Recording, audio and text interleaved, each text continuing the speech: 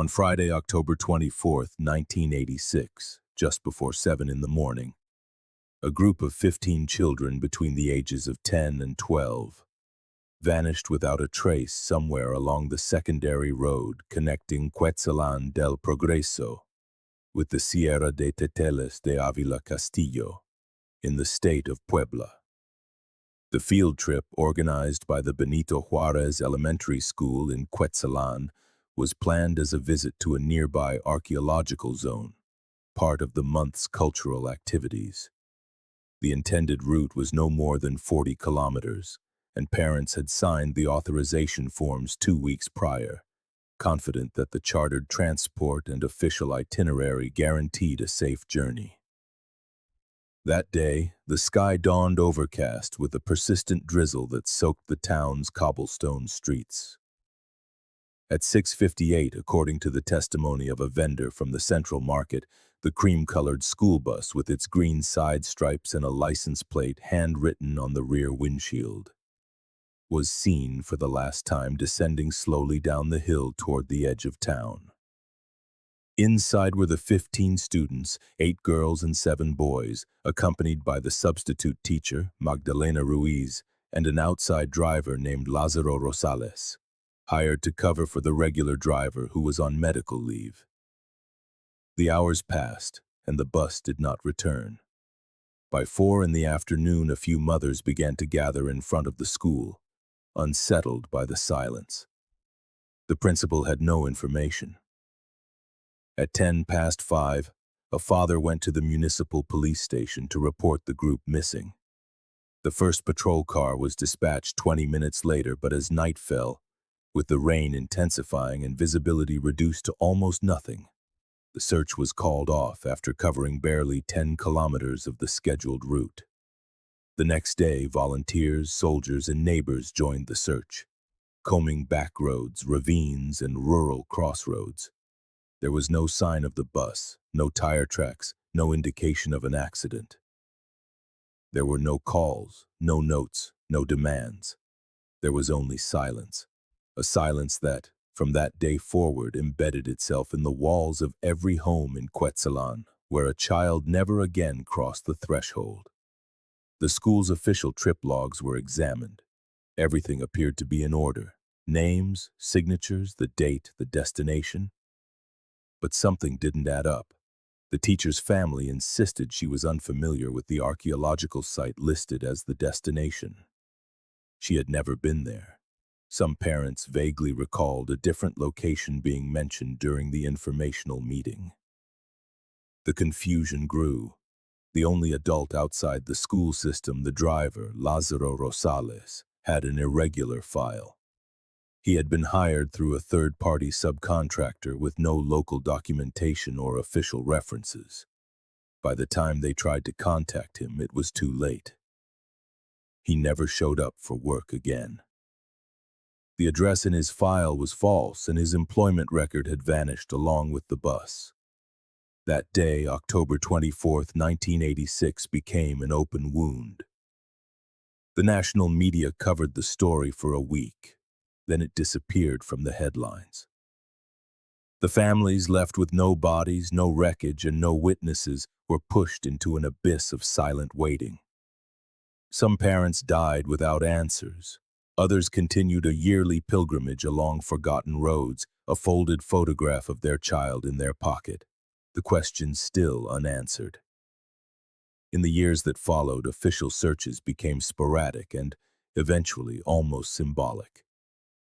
Promises from state authorities to get to the bottom of it all faded with each new administration and each file archived as unsolved. The parents formed a small citizens committee called Voices of October, and every anniversary they organized silent walks through the streets of Cuetzalan, carrying posters with the photographs of the 15 children. In every procession, a line of candles preceded the names as they were read aloud, as if speaking them was a way to keep the earth from swallowing them completely. For years, the committee managed to secure small grants to continue the search. A backhoe donated by a Canadian organization, topographical maps from the University of the Americas, even the help of a pair of investigators who believed the case could be linked to a trafficking network active in the 80s. But no lead ever went anywhere. In 1993, a Franciscan priest claimed to have seen the bus on a road near Zacapoaxtla, but when crews were sent, they found nothing. In 2001, an article in a capital city newspaper claimed one of the children had been found in Monterrey. It was false. In 2009, an anonymous call asserted the bus was sunk in an agricultural canal between Tlatlauquitepec and Huetamalco. The section was drained. Nothing. The list of false alarms grew like a macabre joke played by fate, feeding the frustration and wearing down their hope. By 2010, the Voices of October Committee had only 5 active members. Of the original parents, only 3 remained. The others had either passed away or moved on. Some families sold their homes and left town, unable to live with the shadow. Others adopted silence as a form of resistance. The case was officially closed by the prosecutor's office in 1998, though a new digital file was reopened in 2012 as part of an initiative to review unresolved historical disappearances. It produced no results. The evidence was minimal. The documents were incomplete. The accounts were contradictory. In 2018, on the 32nd anniversary of the disappearance, a journalist from Puebla capital published a feature story titled "The Ghost Bus of Cuetzalan." The article, though well-written, contained no new revelations, merely a reconstruction of known facts, with no new sources or solid hypotheses. Still, the piece circulated on social media and reawakened the memory of those children whose trail had vanished between the wet asphalt and the folds of the mountain range. And yet, the earth still held a memory. On the morning of March 3, 2019, 3 workers from a rural communications company were on a wooded slope of a communal plot of land, 7 kilometers north of Teteles de Avila Castillo. They were clearing a space to install a 30-meter telecommunications tower. The terrain, dense and overgrown, had remained untouched for decades. Locals avoided it.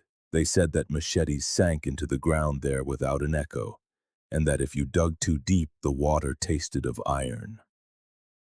During the initial excavations, one of the backhoes struck something metallic.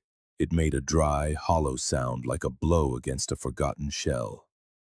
The operator stopped the machine, and when he climbed down, they discovered what looked like a rusted fragment of a vehicle's front bumper.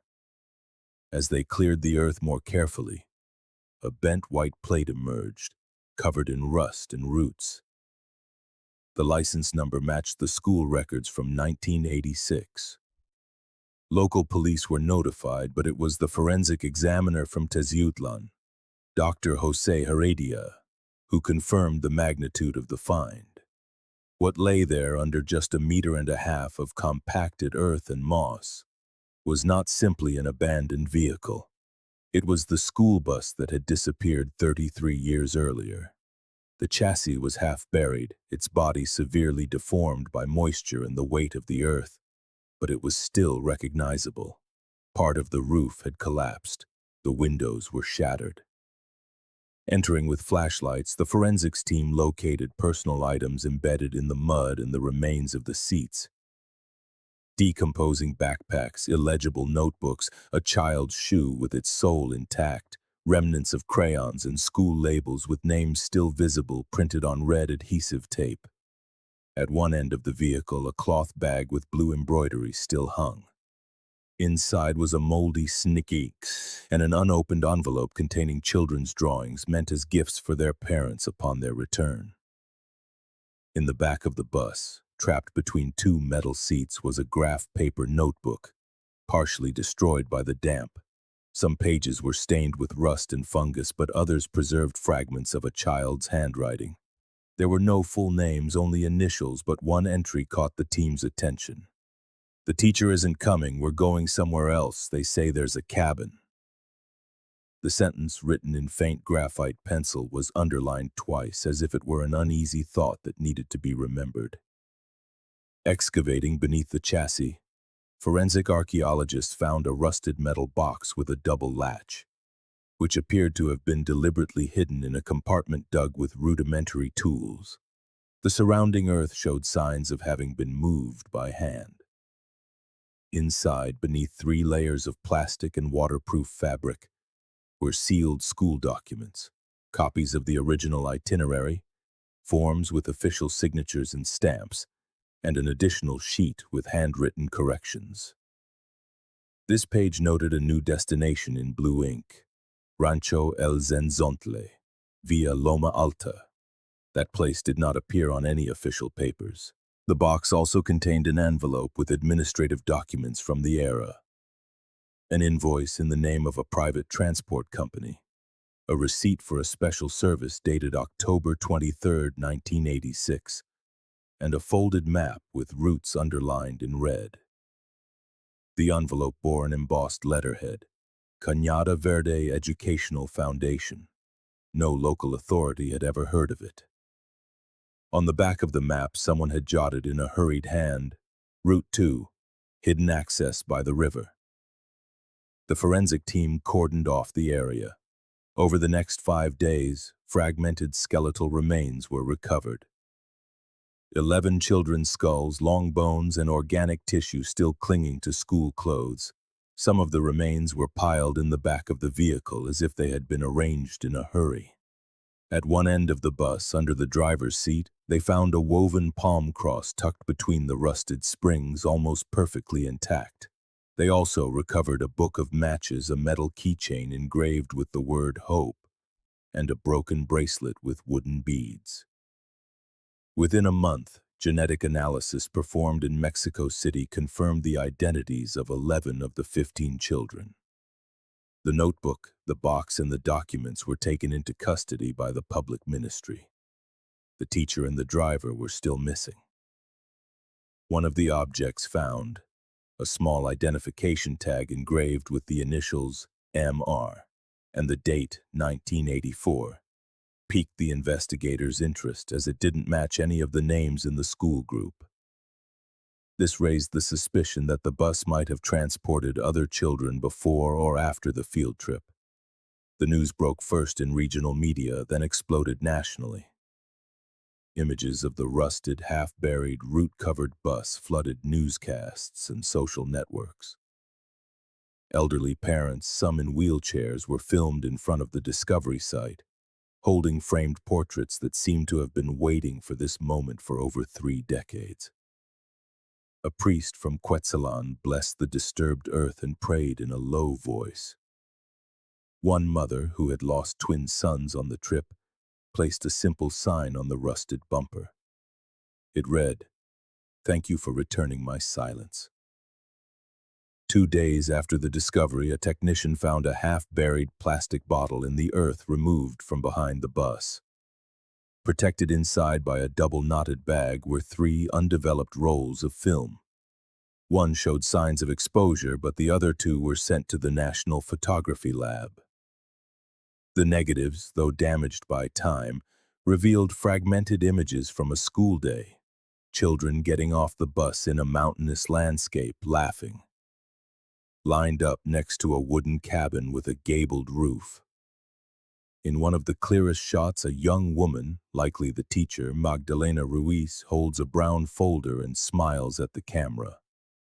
Behind her, partially obscured, a wooden sign is visible, painted with the letters Rancho Zenzontle.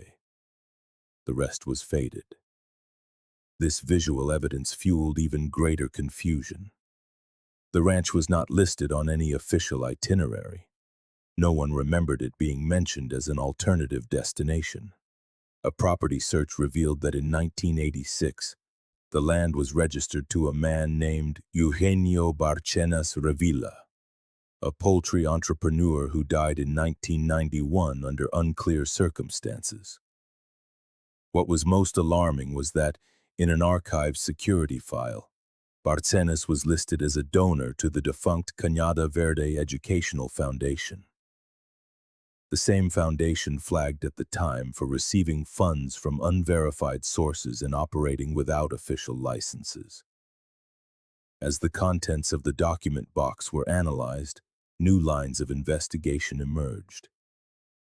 A forgotten report from 1987 mentioned a vehicle accident 12 kilometers from the ranch, in which an unmarked cargo truck had overturned in the middle of the night. The driver survived but was never questioned. That same week, a now retired rural road worker came forward to the prosecutor's office. In a trembling voice, he testified that the area had always been closed off with chains, and that once, while passing the ranch's perimeter with his crew, they heard the voices of children, and then nothing. A silence, he said, like that of a grave. During a second excavation 300 meters from the bus, a hole covered with branches and dry leaves was discovered.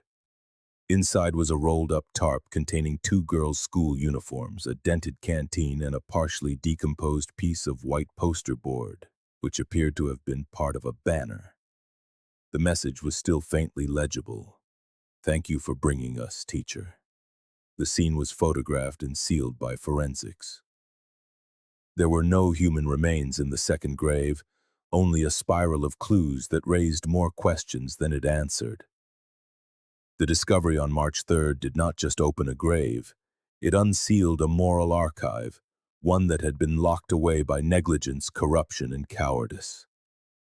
The rusted bus, entangled in roots, became a living testament to the passage of time and an enforced silence. And in that disturbed earth, where the swing of machetes had ceased and the water tasted of iron, the country finally began to write the truth it owed them. A truth with names, dates, and bodies.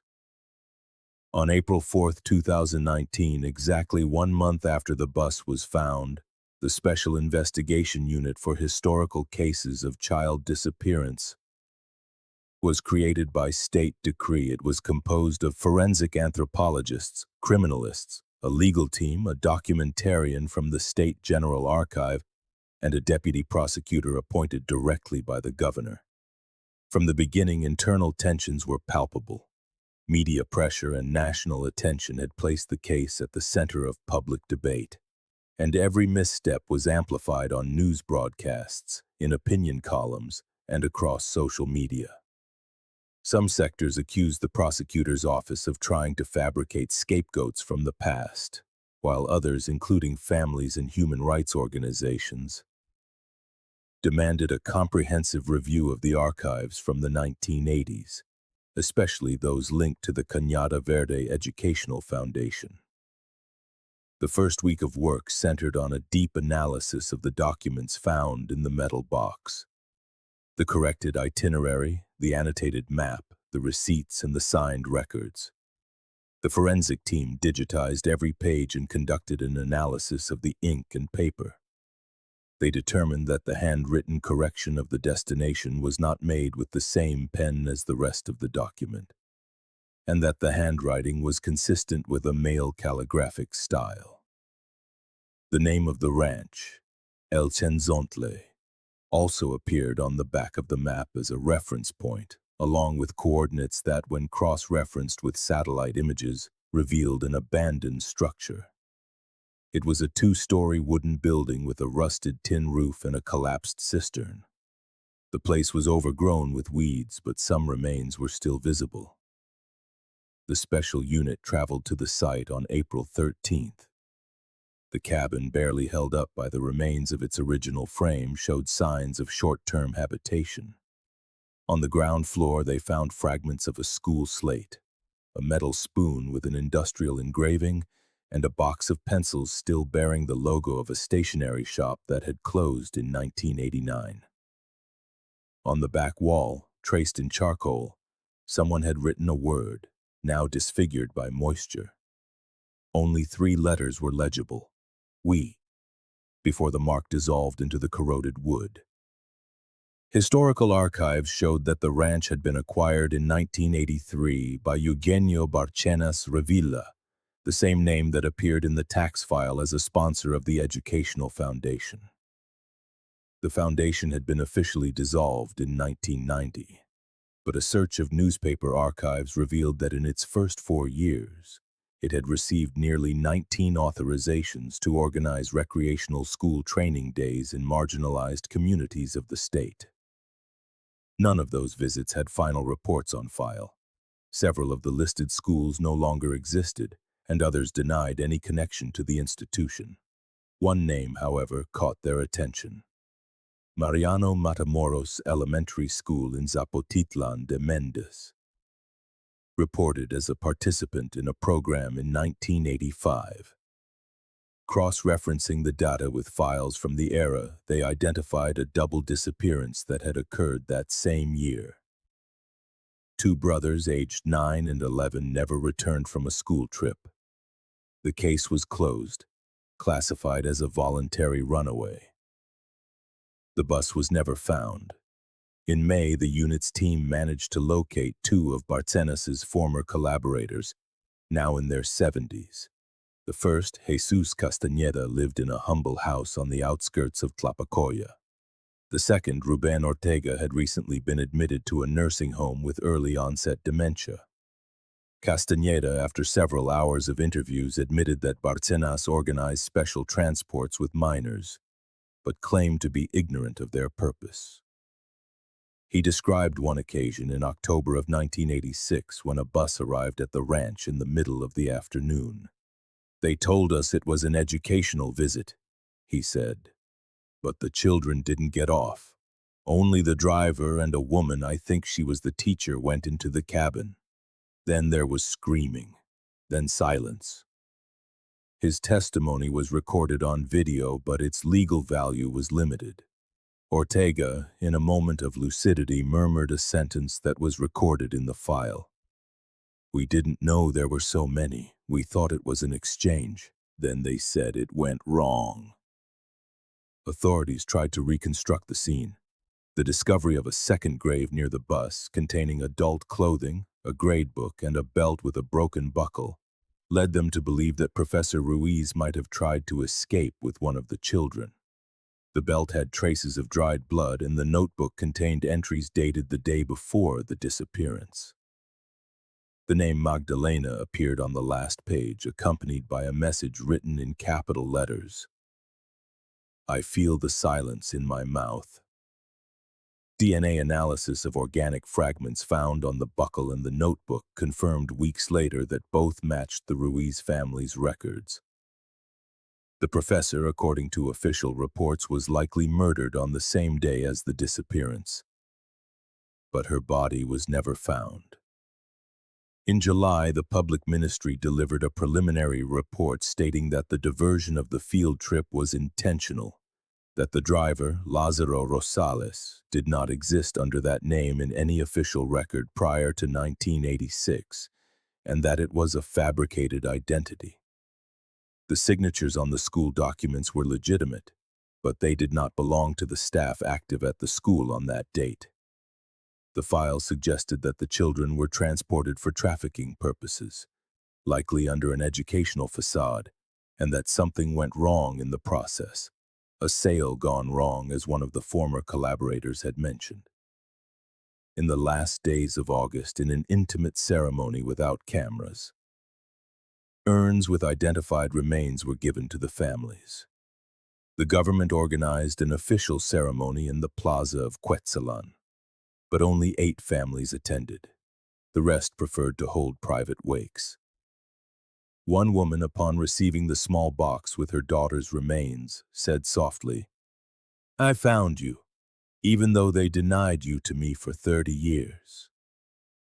In September, the prosecutor's office announced the formal arrest of Jesus Castañeda for complicity in covering up the crime and for making false statements. His health was fragile, but he agreed to cooperate.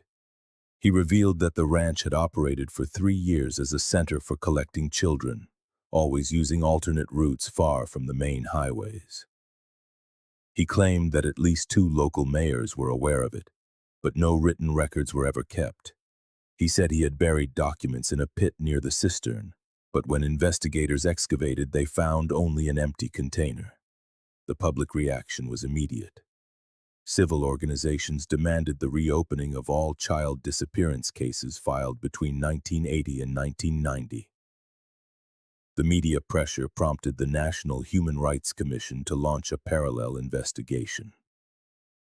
In October, the Ministry of the Interior announced the creation of a fund to review 123 files in the states of Puebla, Veracruz, Chiapas, and Oaxaca.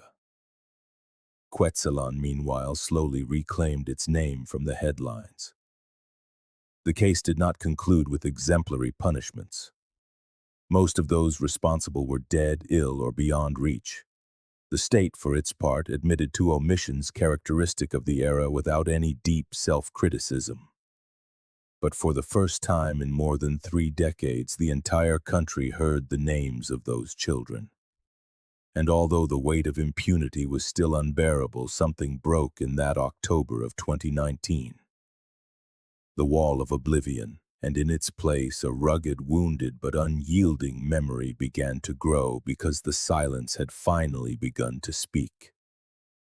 On November 2, 2019, coinciding with the Day of the Dead, an austere ceremony was held in Cuetzalan del Progreso with no stage and no official speeches.